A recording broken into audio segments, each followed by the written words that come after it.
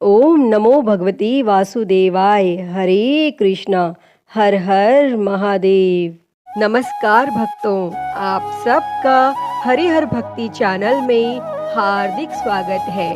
आप सभी पर हरि और हर की कृपा सदैव बनी रहे। प्रिय भक्तजनों, आप सभी को आषाढ़ माह के कृष्ण पक्ष की योगिनी एकादशी की बहुत बहुत शुभकामनाएं।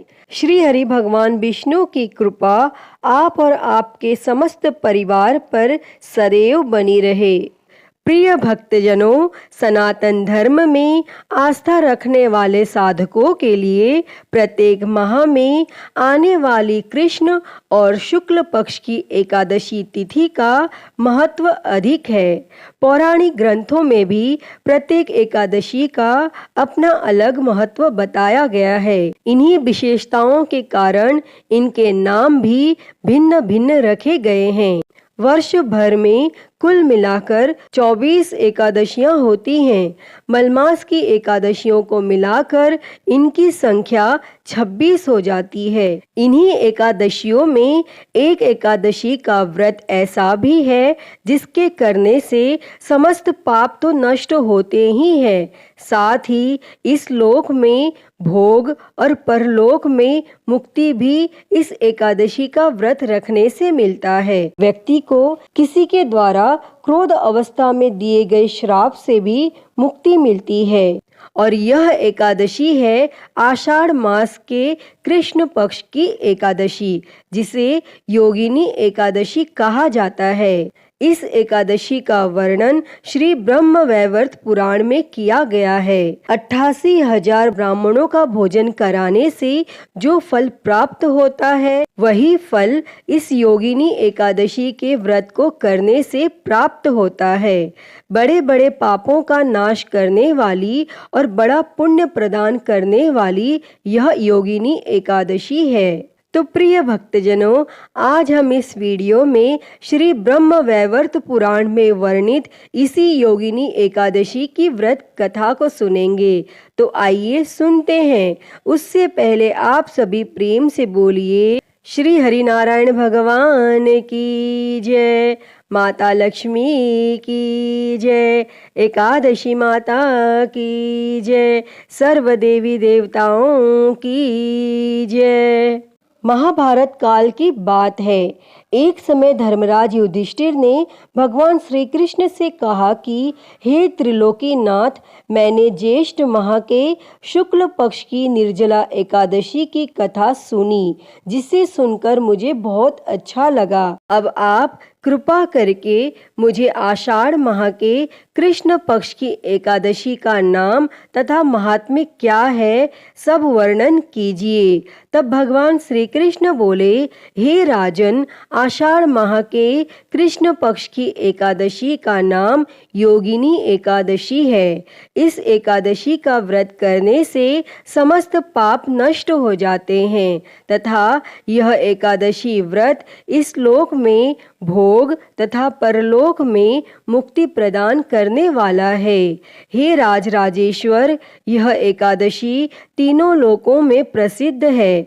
मैं आपसे श्री ब्रह्म वैवर्त पुराण में बताई हुई एक कथा को कहता हूँ, उसे आप ध्यान पूर्वक सुनिए। कुबेर नाम का एक राजा अलकापुरी नाम की नगरी में राज्य करता था। वह शिव भक्त था।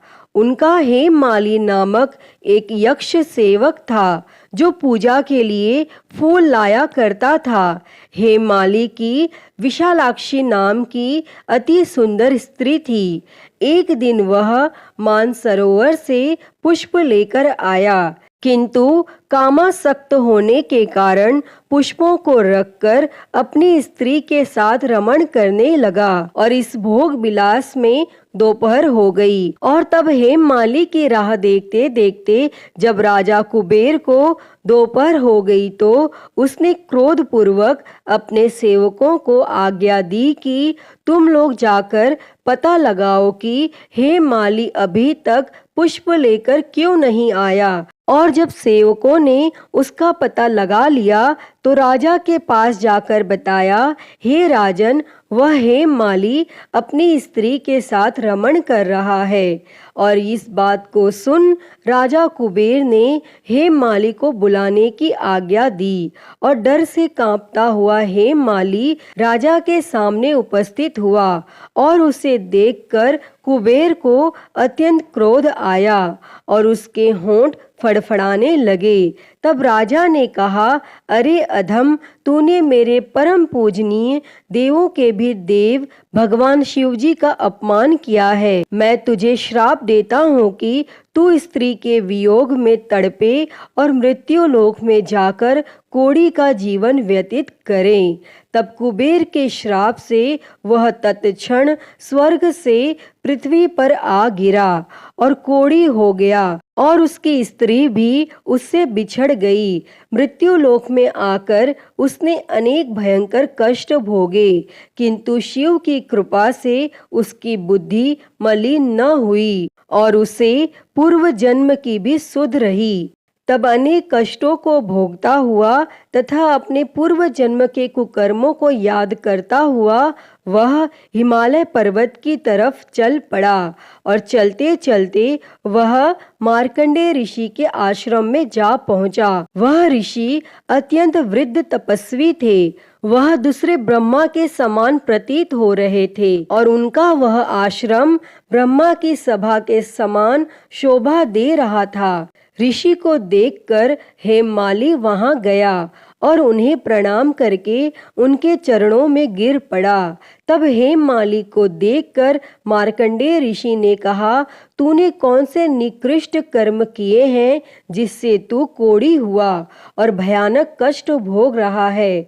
तब महर्षि की बात सुनकर हेममाली बोला, हे मुनि श्रेष्ठ, मैं राजा कुबेर का अनुचर था। मेरा नाम हेममाली है।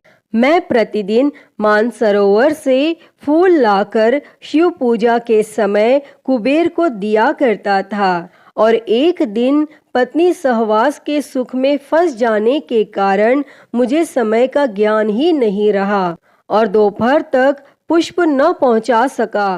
तब राजा ने मुझे श्राप दिया कि तू अपनी स्त्री का वियोग और मृत्यु लोक में जाकर कोढ़ी बनकर दुख भोग, और इस कारण मैं कोढ़ी हो गया हूँ तथा पृथ्वी पर आकर भयंकर कष्ट भोग रहा हूँ। अतः कृपा करके आप कोई ऐसा उपाय बतलाएं जिससे मेरी मुक्ति हो। तब मार्कंडेय ऋषि ने कहा, हे हेममाली, तूने मेरे सम्मुख सत्य वचन कहे हैं, इसीलिए मैं तेरे उद्धार के लिए एक व्रत बताता हूँ। यदि तू आषाढ़ माह के कृष्ण पक्ष की योगिनी नामक एकादशी का विधान पूर्वक व्रत करेगा तो तेरे सभी पाप नष्ट हो जाएंगे। और महर्षि के वचन सुन हेममाली अति प्रसन्न हुआ और उनके वचनों के अनुसार योगिनी एकादशी का विधान पूर्वक व्रत करने लगा और इस व्रत के प्रभाव से अपने पुराने स्वरूप में आ गया और अपनी स्त्री के साथ सुखपूर्वक रहने लगा। तब भगवान श्री कृष्ण युधिष्ठिर से बोले, हे राजन, इस योगिनी एकादशी की कथा का फल 88,000 ब्राह्मणों को भोजन कराने के बराबर है। इस एकादशी के व्रत से समस्त पाप दूर हो जाते हैं और अंत में साधक को स्वर्गलोक की प्राप्ति होती है। अतः प्रिय भक्तजनों, मनुष्य को पूजा आदि धर्म कार्यों में आलस्य या प्रमाद नहीं करना चाहिए, अपितु मन को संयमित करके सदैव ईश्वर की सेवा में तत्पर रहना चाहिए। इस कलयुग में कोढ़ जैसे रोग से मुक्ति पाने के लिए मनुष्य को योगिनी एकादशी का व्रत श्रद्धा पूर्वक करना चाहिए, क्योंकि यह व्रत समस्त पापों का नाश करने वाला तथा उपासक को सभी प्रकार के भौतिक पदार्थों को प्राप्त कराने वाला यह उत्तम व्रत है। इस व्रत के प्रभाव से उत्तम संतान की प्राप्ति होती है। अतः हे श्री हरिनारायण भगवान जी, इस योगिनी एकादशी की व्रत कथा को कहते, सुनते और हुंकारा भरते पर सदैव अपनी कृपा बनाए रखना। तो सभी प्रेम से बोलिए श्री हरि भगवान विष्णु की जय, माता लक्ष्मी की जय, एकादशी माता की जय। प्रिय भक्तों, मैं उम्मीद करती हूँ कि आपको यह कथा पसंद आई होगी और अगर वीडियो अच्छी लगी हो तो इसे लाइक करें, ज़्यादा से ज़्यादा शेयर करें और कमेंट बॉक्स में श्री हरि भगवान विष्णु की जय लिखना ना भूलें और हरि हर भक्ति चैनल को सब्सक्राइब कर नोटिफिकेशन बेल को ज़रूर ऑन कर लें। हर हर महादेव। धन्यवाद।